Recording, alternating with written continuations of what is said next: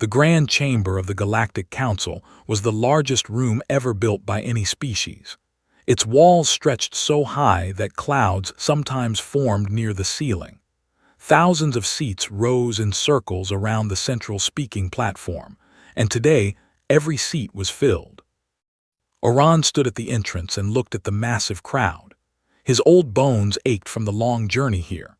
His scales, once bright green, had faded to a dull gray over the decades.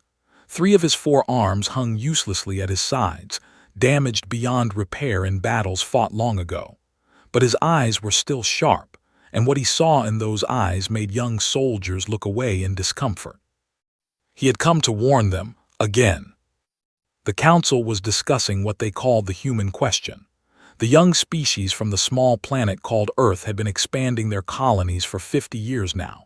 They were peaceful traders, competent engineers, and surprisingly good diplomats. But the Dominion, the most powerful military alliance in the galaxy, saw them as a threat. Today, the Council would vote on whether to approve a preemptive strike against human space. Oran had requested emergency permission to address the Council. It had taken him 6 months of begging, calling in old favors and threatening to release classified information before they finally agreed. Most of them remembered him from before. They remembered his warnings. They remembered laughing at him. They called him the mad prophet of the Outer Rim. The speaker, a tall creature with wings that caught the light, gestured for silence. The council recognizes Oran of the Protectorate, decorated veteran of the border conflicts, holder of the Crimson Star for valor. He has requested time to speak on the matter of human military capabilities. Scattered laughter rippled through the chamber. Oran walked slowly to the central platform, his walking staff clicking against the polished floor. He could feel their contempt. He had felt it for 40 years. "Distinguished members of the council," he began, his voice still strong despite his age. "I come before you today not as a politician or a diplomat. I come as a soldier. I come as a witness. And I come to beg you not to make the worst mistake in galactic history." The Dominion ambassador, a massive reptilian creature named, snorted loudly. "Here we go again. The old fool and his human ghost stories." Laughter spread through the Dominion section of the chamber. Oran waited for it to die down. 40 years ago," he continued, "I commanded an elite unit during the border conflicts. We were the best soldiers the Protectorate had ever produced. 12 warriors, each one capable of killing 100 ordinary soldiers. We had the finest weapons, the best training, and decades of combat experience." He paused, letting the silence build. "We encountered a single human during a routine patrol, a female, a medic, not even a combat soldier. She was wounded and alone. Her squad had been killed in an earlier engagement." Leaned forward, his massive jaws spreading in what passed for a smile among his species. "And let me guess, this terrifying human defeated your entire unit with her medical supplies." More laughter. Oran did not smile. "She killed 12 of my finest warriors in 9 seconds, not a full minute, not half a minute, 9 seconds, and she was working with a broken arm and 3 bullet wounds." The laughter faded slightly. Something in his voice made even the mockers uncomfortable. "I survived only because I was not a threat to her at that moment. I survived because she chose to let me live. And when it was over, when my soldiers lay dead around me, she apologized. She said she was sorry it had to happen. Then she treated my wounds before walking away." Stood up, his patience clearly exhausted. "This is ridiculous. One human medic killed 12 elite warriors. You expect us to believe this?" "I expect nothing," Oran said quietly. "I have learned not to expect wisdom from this council. I only ask that you listen." The speaker raised a limb for order. "The veteran has the floor. Please continue." Oran pulled a small device from his robe and activated it. A holographic display appeared above his head, showing a planet of blue and green. "Earth, the human, let me tell you about this planet. Its gravity is heavy enough to crush most species. Its atmosphere is filled with a corrosive gas they call oxygen. Its weather patterns include storms that can level cities. It has thousands of species designed specifically for killing, from microscopic organisms to massive predators. And the humans, they conquered all of it. They became the apex predator of a death world. He changed the image to show a human skeleton. Look at their bodies. Their bones are dense and strong, designed for high gravity. Their muscles are cable-like structures that can generate tremendous force. They can survive injuries that would kill any of us. They can run for hours without stopping. They can function without sleep for days. They heal from wounds that would be permanent for other species. The Dominion section was no longer laughing. They were not convinced either, but they had stopped laughing. But that is not what makes them dangerous, Oran said. Any species can be strong. Any species can be fast. What makes humans terrifying is this. They have been at war with each other for their entire recorded history. Thousands of years of constant conflict. They have spent perfecting the art of killing, not killing other species, killing each other. They know every way there is to end a life, and they have invented many new ones. He changed the image again, showing scenes from human history. Battles, explosions, cities burning. They fought 2 global wars in a single century. Hundreds of millions dead. They created weapons that could destroy entire cities in a single flash of light. And then, when they had the power to end all life on their planet, they chose not to use it. They chose peace. The chamber was silent now. That is what you do not understand, Oran said, his voice rising. Their peace is a choice. Their kindness is a choice. Every day, every moment, they choose not to be the monsters they could become. And if you attack them, if you threaten their families and their homes, you will force them to make a different choice. Had recovered his composure. He stood again, spreading his arms in a gesture of dismissal. A very dramatic speech, but I see no evidence. I see an old soldier with bad memories and an overactive imagination. Humans are primitive. Their technology is barely adequate. Their military is small. We have seen no indication that they pose any threat to the Dominion's superior forces. That is because they do not want you to see, Oran said. They are not hiding their strength out of weakness. They are hiding it out of hope. They hope they will never have to use it. The Dominion ambassador laughed, and this time the laughter spread through most of the chamber. I call for a vote, announced. This old fool has wasted enough of our time. Let us proceed with containment planning for the human territories. Oran watched as the vote proceeded. Species after species sided with the Dominion. When it was over, the preemptive strike had been approved by a margin of 3-1. The speaker turned to Oran. The Council thanks you for your testimony. However, your claims have been found without merit. Furthermore, the Council formally censures you for warmongering and species defamation. You are dismissed. Oran gathered his robe and began the long walk toward the exit. The laughter followed him. Near the door, a young aide stepped into his path. She was a small creature, covered in soft fur, with large eyes that showed more intelligence than fear. Sir, she whispered, I believe you. What should I do when it starts? Oran looked at her for a long moment. Then he reached into his robe and pressed a data chip into her small hand. When the screaming starts, he said quietly, find a human, surrender immediately, do not fight, do not run, put your hands up and say you surrender. It is your only chance. He walked out of the chamber and did not look back. Behind him, the Council continued planning its war against humanity. They were confident. They were certain of victory. They had no idea what they were about to wake up. 40 years earlier, the jungle planet of 7 was burning. Oran moved through the dense vegetation with his unit behind him. All 12 of his warriors were in perfect formation, their weapons humming with energy, their senses sharp despite 3 days without sleep. They were the finest soldiers the Protectorate had ever produced. Each one had killed more enemies than they could count. The border conflicts had been raging for 2 years. The humans had stumbled into space by accident, and what should have been a simple diplomatic incident had turned into a shooting war. Neither side really wanted it, but neither side knew how to stop it.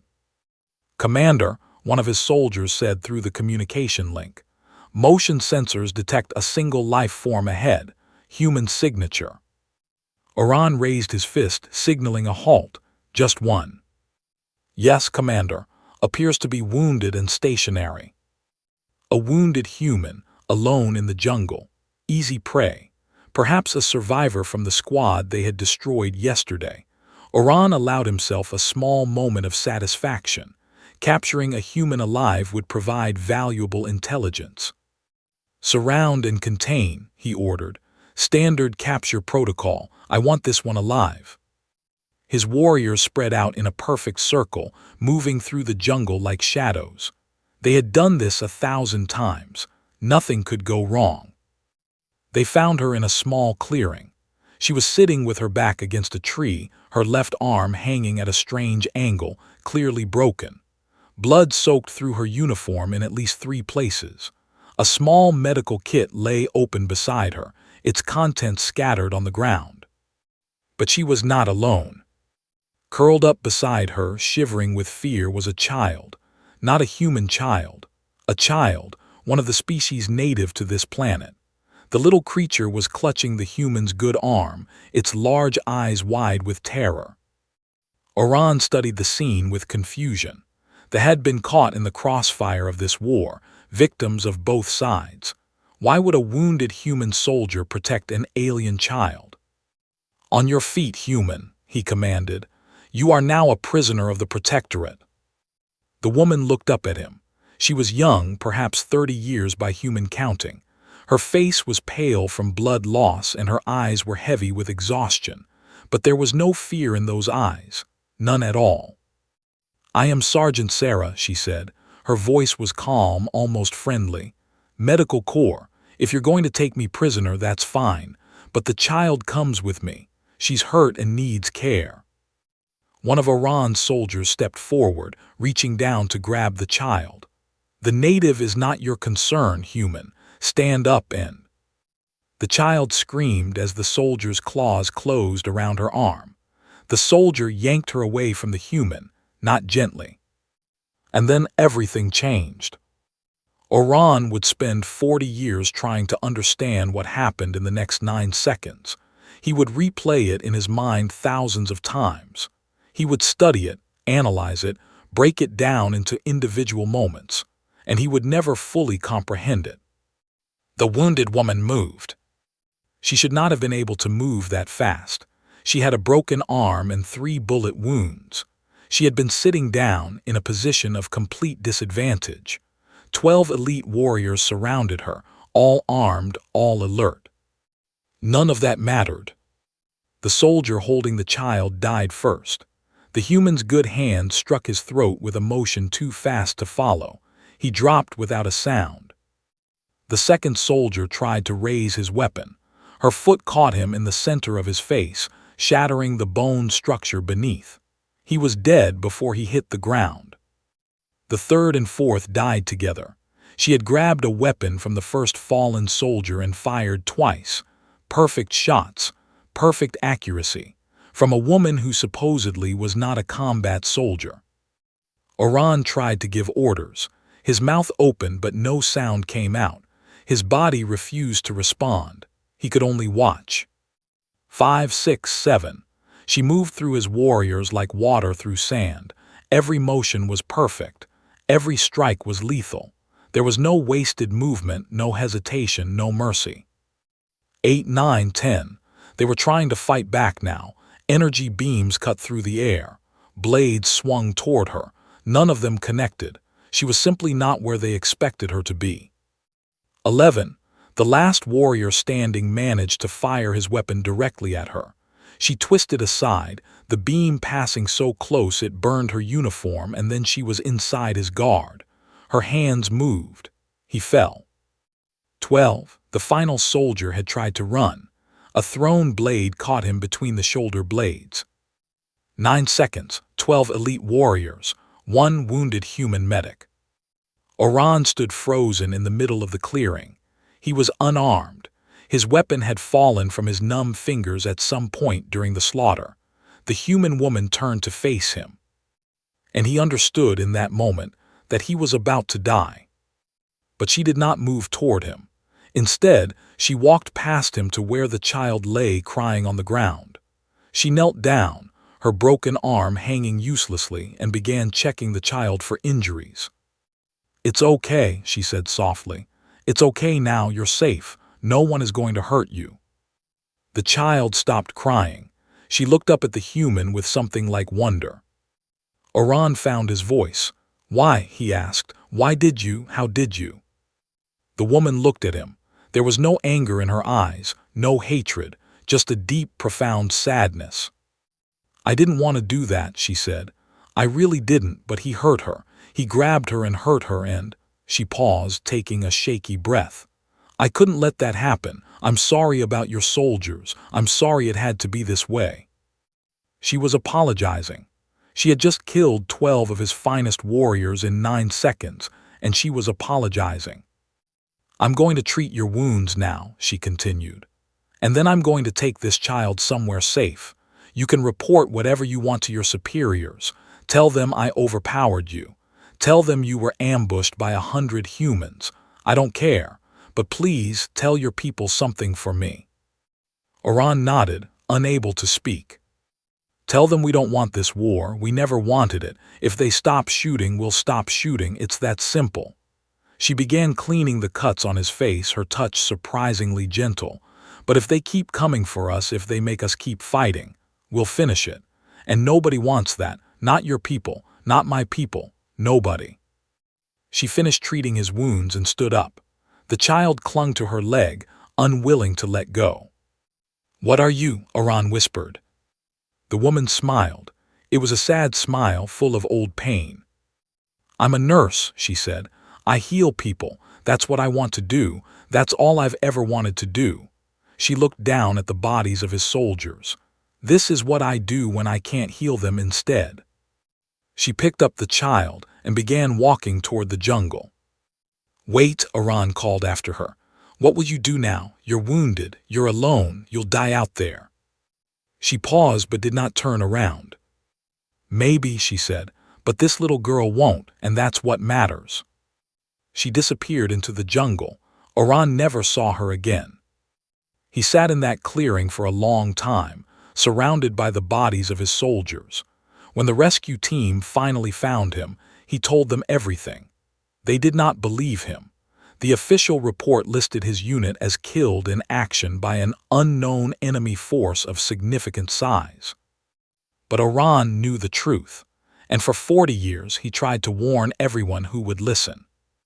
One human, one wounded, exhausted, reluctant human. And she had apologized for what she had done. That was the part that haunted him most. The council chamber had emptied after the vote. Most of the ambassadors had left to prepare for the coming war. They were excited. They were confident. The Dominion's fleet was the largest in the galaxy, and the humans had only a fraction of that military power. But Oran was not finished. He had requested a secondary hearing with the Council's Security Committee. Only a handful of species were represented, the ones who handled military intelligence, strategic planning, and threat assessment. They had agreed to hear him out of respect for his service record, but their eyes told him they expected nothing useful. "Distinguished committee members," Oran began, "I understand that my testimony today was not well received. I expected that, but I have spent the last 40 years researching humanity. I have studied their history, their biology, their psychology, and their military capabilities. I have more evidence to present." The committee chairman, an ancient being of pure energy contained in a crystalline shell, pulsed with impatience. "You have 30 minutes, veteran. Make them count." Oran activated his holographic display. A rotating image of a human appeared above his head. "Let us begin with biology. Humans evolved on Earth as persistence predators. Do you know what that means? They did not hunt by ambush like most predator species. They did not rely on speed for quick kills. Instead, they would choose a prey animal and follow it, for hours, for days. They would walk after it without rest until the prey collapsed from exhaustion. Then they would kill it. He paused to let this sink in. They did not need to be faster than their prey. They only needed to never stop. Their bodies are designed for endurance beyond anything in the galactic standard. They can travel on foot for distances that would kill most species. They recover from injuries that should be fatal. And their minds, he shook his head, their minds are even more dangerous than their bodies. The display changed to show images of Earth's surface, deserts, jungles, mountains covered in ice, oceans filled with predators. Earth is classified as a Category 12 death world, the highest category in our system. Everything on that planet is trying to kill everything else, and humans conquered it all. They did not just survive on Earth. They became its masters. They spread across every continent, adapted to every environment, and eliminated any threat they could not control. A representative from the collective spoke up. This is all very interesting, but what does ancient human history have to do with modern warfare? We have superior technology, superior numbers, superior weapons. Let me show you something, Oran said. The display changed again. This time it showed footage from human history, wars, battles, scenes of destruction that made several committee members look away in horror. This is footage from a human conflict called World War II. It happened less than 400 years ago by their calendar. In 6 years, approximately 80 million humans died, not from disease, not from natural disaster. They killed each other. 80 million. The chamber was silent. The humans developed weapons during this war that could destroy entire cities in a single explosion. They called them nuclear bombs. They used 2 of them, and over 200,000 humans died in moments. Oran looked at each committee member in turn. And then they built more, thousands more, enough to destroy all life on their planet several times over. But they didn't use them, the collective representative said. Doesn't that prove they are not as dangerous as you claim? No, Oran said sharply. It proves they are far more dangerous. Think about what that means. They had the power to destroy themselves completely and they chose not to use it. That was a choice. A conscious, deliberate choice to step back from total annihilation. Do you understand? Their restraint is not weakness. It is strength. It is a constant, daily decision to hold back capabilities that could end civilizations. He brought up new footage. This showed humans in training, soldiers running through obstacle courses, special forces conducting exercises. The movements were precise, efficient, and completely alien in their brutality. Human children are taught to fight almost from birth. They have competitive sports that are essentially practice for combat. They simulate warfare as entertainment. Their military forces train constantly, under conditions that would kill most galactic species. And this is during peacetime. This is what they do when no one is threatening them. The committee chairman leaned forward, his crystalline shell flickering with increased energy. You are suggesting that what we see of human military capability is not their true strength. I am suggesting, Oran said carefully, that what we see is what they want us to see. Humans are excellent at appearing harmless. They smile. They trade peacefully. They speak of cooperation and mutual benefit. And none of it is false. They genuinely prefer peace. But underneath that peaceful surface is a species that has spent its entire existence preparing for war. He brought up one final image, a graph showing human technological development over the past century. Look at this. Their rate of technological advancement is unprecedented in galactic history. They developed nuclear weapons, space travel, and artificial intelligence within a single generation. When they encounter a problem, they solve it. When they face an obstacle, they overcome it. When they go to war. He turned off the display. When they go to war, they do not stop until the war is won. They do not accept defeat. They do not surrender. They will sacrifice everything and everyone, including themselves, to achieve victory. And if you back them into a corner, if you threaten their families and their homes, you will see what they are truly capable of." The committee sat in uncomfortable silence. Finally, the Dominion observer spoke up. He was a younger version of ambassador sent to monitor these proceedings. "This is fear," he said. "You are attempting to frighten us with stories of human potential, but potential means nothing against actual military force. The Dominion fleet outnumbers human forces by 50 to 1. We have weapons they cannot match, soldiers they cannot defeat. This war will be over in weeks." Oran looked at the young observer with something close to pity. "I met a human medic 40 years ago," he said quietly. "She was wounded, exhausted, and alone. She killed 12 of my finest warriors in 9 seconds, and when it was over, she apologized. She treated my wounds and apologized for having to hurt people. That is what humans are. They are killers who wish they didn't have to kill. They are monsters who desperately want to be something else, and that makes them the most dangerous thing in the galaxy." He gathered his materials and prepared to leave. "When your fleet attacks human space, they will respond. Not immediately. They will give you every chance to stop. They will hope until the very last moment that you will choose peace. And when you don't, when you force them to become what they hate most about themselves." He paused at the door. "I hope someone survives to remember this warning, because the galaxy as we know it is about to end." The committee voted to forward his concerns to the full council. The council ignored them. 3 weeks later, the Dominion fleet launched its attack on human space. Oran watched the departure from his home on a small agricultural moon. He saw the ships light up the sky as they entered faster-than-light travel. Thousands of vessels, millions of soldiers, the largest invasion force ever assembled in galactic history. He went inside and began preparing his shelter. He stocked food, water, and medical supplies. He set up a communication system to monitor the battle. And then he waited. He did not wait long. The first reports from the invasion were triumphant. The Dominion fleet had entered human space without significant resistance. Defense stations were destroyed. Patrol ships were scattered. The 3 target worlds, New Manila, Horizon Prime, and Shepherd's Rest, had fallen within hours. The invasion force landed on all 3 planets simultaneously, and the human military seemed incapable of mounting an organized defense. In the council chamber, celebrations began early. Ambassador gave a speech praising the Dominion's military genius.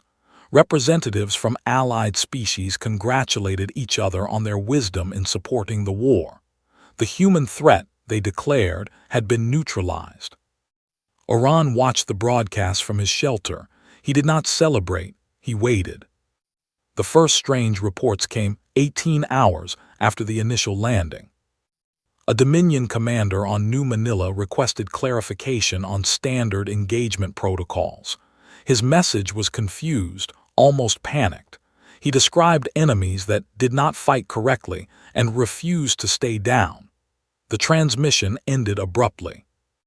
Similar reports followed from the other 2 worlds. Unit commanders described encountering resistance from unexpected sources, not military units, civilians, farmers with hunting weapons, teachers who had organized their students into defensive positions, old women who rigged their homes with explosives. "They're everywhere," one commander reported. "We secured the city center, but they just fade into the buildings, into the countryside. They don't surrender, they don't run, they just keep fighting." The council's mood began to shift. The celebrations grew quieter. Representatives started asking uncomfortable questions. Then the real reports started coming in. A Dominion battalion had entered a small farming community expecting to round up prisoners. They found the village empty. Investigating further, they discovered that the entire population, over 300 humans, including children and elderly, had retreated to a fortified position in the hills. When the battalion approached, They were met with concentrated fire from weapons that should not have been in civilian hands. The battalion was destroyed, all 1,200 soldiers, by farmers. Another unit reported engaging what they believed was a school. They had expected to take hostages for leverage. Instead, they found that the teachers had armed the older students and evacuated the younger ones through underground tunnels. The resulting battle lasted 4 hours. The Dominion force took 60% casualties before retreating. "They're not soldiers," a surviving officer reported, his voice shaking. "They're just people, normal people, but they fight like nothing we've ever seen. They don't care about dying. They only care about taking us with them." Oran closed his eyes. He had tried to warn them. Humans did not distinguish between military and civilian the way other species did. Every human was a potential soldier. Every home was a potential fortress. Every death created 10 more enemies willing to fight. The council called an emergency session.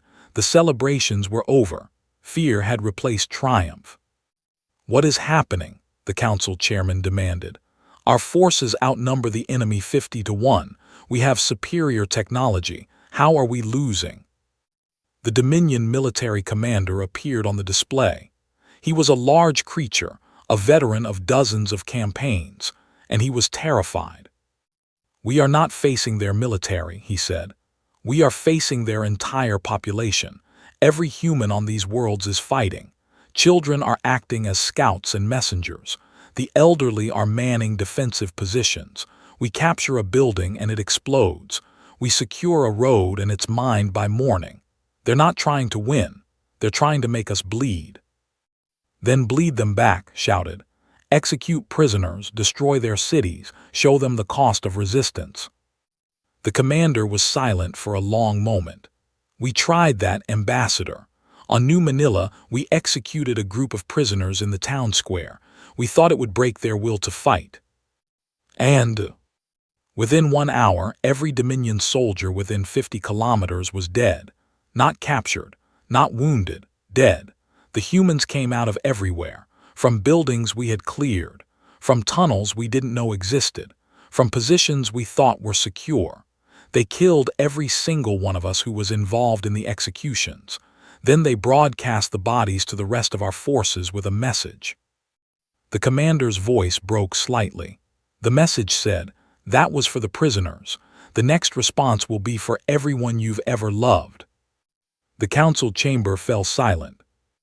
Oran's communication system crackled with a priority transmission. It was the young aide from the council, the one who had believed him. "Sir," she whispered, "I'm watching the feeds. Is this what you warned us about?" "No," Oran said quietly. "This is just the beginning. The human military has not yet fully mobilized. What you're seeing now is just their civilians. Their civilians did all this. Their civilians are holding the line until their military arrives. And when the military arrives," he paused, "well, that is when the real dying will start." 3 days after the initial invasion, the human military response began. It did not come as a massive fleet engagement. It did not come as a dramatic counterattack. It came quietly, efficiently, and without warning. Dominion supply lines were cut, not by battles but by ships that appeared from nowhere, struck with surgical precision, and vanished before reinforcements could arrive. Communication networks went dark. Intelligence officers began disappearing, not killed, but simply gone, taken in the night for interrogation. The invasion forces on the 3 worlds found themselves isolated, cut off from support, surrounded by a hostile population that seemed to know their every move before they made it. And then the real nightmare began. Human special forces started appearing behind Dominion lines. They moved like ghosts, striking without warning, killing without mercy, and leaving messages written in the blood of their enemies. "Go home," the messages said. "This is your only warning." The Dominion commander sent a desperate transmission to the council. His image was barely recognizable. His scales were dull and cracked from stress. His eyes were hollow. "We need to withdraw," he said. "We cannot win this fight. The humans are not normal enemies. They do not follow the rules of war. They do not accept surrender from those who have killed their civilians. They are coming for all of us, and they will not stop until every last one of us is dead." "Impossible," said. "We have 200,000 soldiers on those worlds." "We had 200,000, the commander corrected. "We now have less than 90,000, and that number drops every hour. Please, please give the order to retreat, before there is no one left to retreat." The council voted. The result was immediate and unanimous: full withdrawal from human space, immediate cessation of hostilities. But before the order could be transmitted, a new message arrived. It came from Earth itself, transmitted on all frequencies in all known languages. A single human appeared on the display. She was middle-aged, dressed in simple civilian clothes, with a calm expression that somehow made her more terrifying than any warrior. "This is the Earth Diplomatic Corps with a message for the Galactic Council," she said. "We have a simple question that requires a simple answer." She paused, letting the silence stretch. "The attack on our colony worlds, was this sanctioned by the full council, or was this the Dominion acting alone?" Her eyes seemed to look directly at each council member individually. "You have 1 hour to respond. Choose your next words very carefully. They will determine how many of you survive the consequences."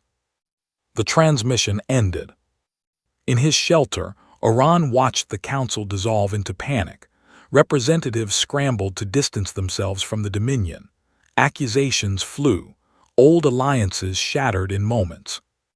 He looked at the image of the human diplomat frozen on his display. Something about her seemed familiar: the shape of her face, the calm certainty in her eyes.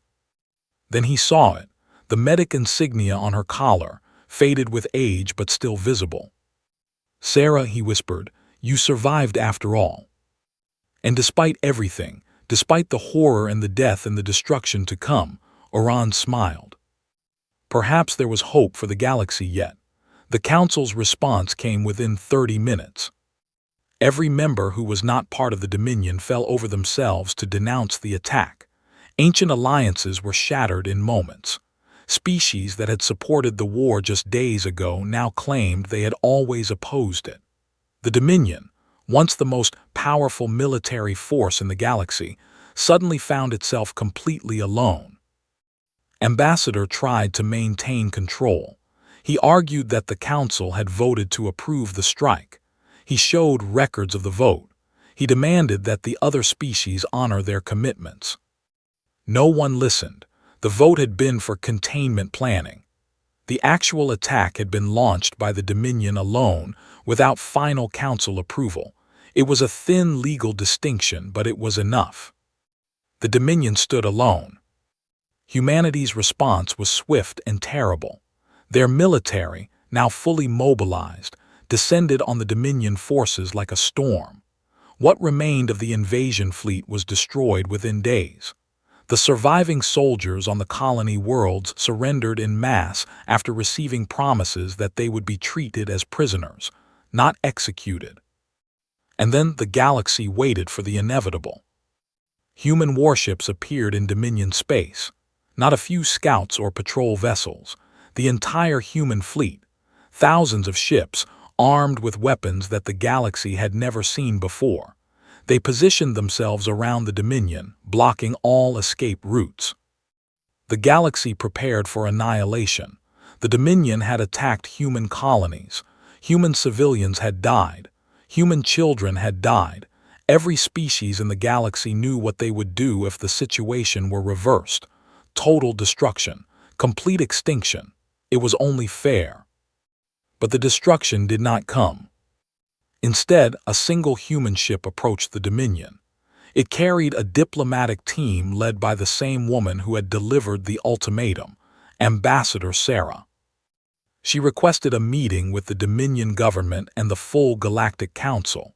Her tone was polite, professional, and completely calm. as if she were arranging a trade negotiation instead of dictating terms of surrender. The meeting took place in the Grand Chamber, the same room where Oran had been laughed at just weeks before. This time, no one was laughing. The seats that had been filled with confident ambassadors now held terrified diplomats. The Dominion section was nearly empty. Most of their leadership had fled or gone into hiding. Ambassador walked to the central platform. She was older than Oran remembered, her hair now gray, her face lined with decades of experience. But her eyes were the same, calm, certain, and somewhere behind that calm, impossibly kind. "I will keep this brief," she said. "The Dominion attacked our colony worlds without provocation. They killed over 40,000 human civilians. They destroyed homes, schools, and hospitals. They murdered prisoners in public executions." She paused, letting the silence build. By the standards of galactic law, we would be justified in responding in kind. We could destroy the Dominion. We could hunt down every member of their species. We could erase them from history. The Dominion representatives, those few who remained, trembled visibly. "We choose not to." The chamber stirred with confusion. This was not what they had expected. "Our terms are as follows," Ambassador continued. "First, full reparations to the colony worlds that were attacked. The Dominion will fund the complete reconstruction of everything that was destroyed. Second, war crime tribunals for all commanders who ordered attacks on civilian targets. They will be tried fairly and punished according to galactic law, not human vengeance." She paused again, and for the first time a small smile crossed her face. "Third, the Dominion will fund the reconstruction of their own destroyed fleet. Every ship that was lost in this conflict will be rebuilt at Dominion expense. And when those ships are completed, they will be given, free of charge, to the species that the Dominion has conquered or oppressed over the past century." Gasps echoed through the chamber. This was unprecedented. This was insane. The humans were not just declining to destroy their enemy, they were demanding that the enemy pay to arm their former victims. A young council member found the courage to speak. "Ambassador, with respect, why, you could destroy them. Everyone knows it. Why show mercy to those who showed none to your people?" Ambassador was quiet for a long moment. When she spoke, her voice was softer, more personal. "Because we know what we are capable of. We have spent our entire history learning exactly how much destruction we can cause when we choose to. Wars that killed millions. Weapons that could end all life on our planet. We have looked into that darkness and we decided as a species, that we did not want to become that forever." She looked around the chamber, meeting the eyes of each representative. "If we destroyed the Dominion, we would be right to do so. But we would also be proving that we are nothing more than the killers that some of you believe us to be. We would be proving that peace was always just a mask over the monster underneath." Her voice hardened slightly. "We are not monsters. We choose not to be monsters. And we make that choice every single day in every single action. Mercy is not weakness. Restraint is not cowardice. The strongest thing we can do is hold back when we have every reason not to." She turned to face the Dominion representatives directly. "You are alive because we choose to let you live. Your world exists because we choose not to destroy it. Remember that. And remember that this mercy is not infinite. If you ever threaten our people again, we will not be so generous." The terms were accepted. The war was over. Weeks later, the galaxy was still trying to understand what had happened. The Dominion, once the most feared military power in known space, had been humiliated and broken. But they had not been destroyed. They had been given a chance to rebuild, to change, to become something better. Many species did not understand why. They called humans foolish, weak, sentimental. They predicted that the Dominion would rise again, that mercy would be repaid with treachery, that kindness was always a mistake. Oran knew better. He had requested a private meeting with Ambassador. She had agreed without hesitation, as if she had been expecting his call. They met in a small garden on Earth's diplomatic station. The plants were strange to his eyes, green and fragrant and alive in ways that felt almost aggressive. But the air was clean, and the sun was warm, and for the first time in 40 years, Oran felt something close to peace. Ambassador was waiting for him on a simple bench. She stood when he approached, and he saw recognition flash in her eyes. "Commander Oran," she said, "I wondered if I would see you again." "You remember me." "I remember everyone." Her smile was gentle but sad. "I remember all of them." They sat together in silence for a moment. Oran studied her face, looking for the young medic who had killed his soldiers and spared his life. She was still there, somewhere beneath the years. "I tried to warn them," he said finally.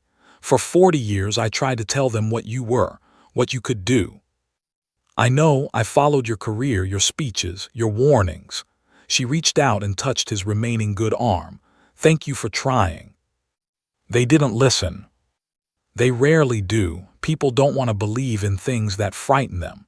She looked up at the artificial sky. "But you saw the truth, didn't you? You understood." "I understood that you could have killed me and chose not to. I understood that everything since then has been a choice. Your peace, your kindness, your mercy."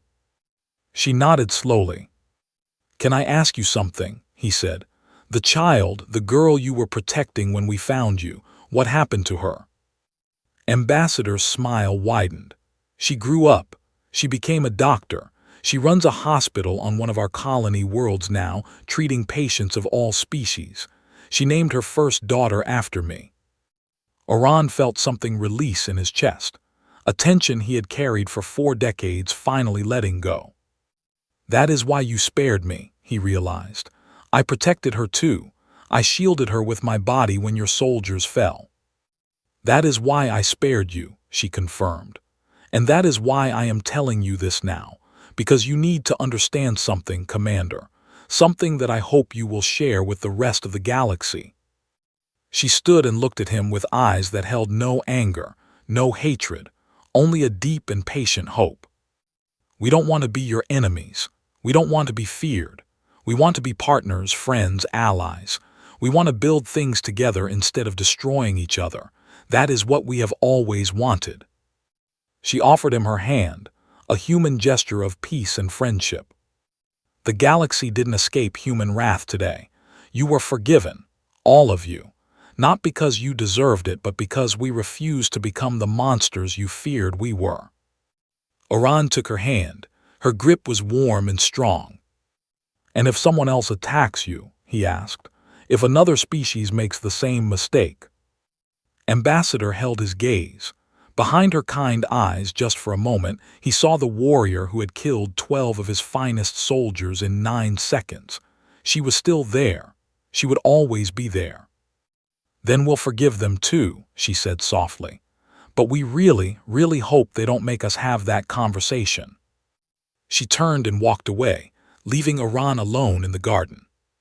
He sat there for a long time, thinking about monsters and mercy, about the choices that define a species, and about the most terrifying truth he had ever learned. Humans were dangerous not because of what they could do, but because they chose, every single day, not to do it. And the galaxy had just been given a second chance by creatures who had every reason not to offer one. He hoped they were wise enough to take it.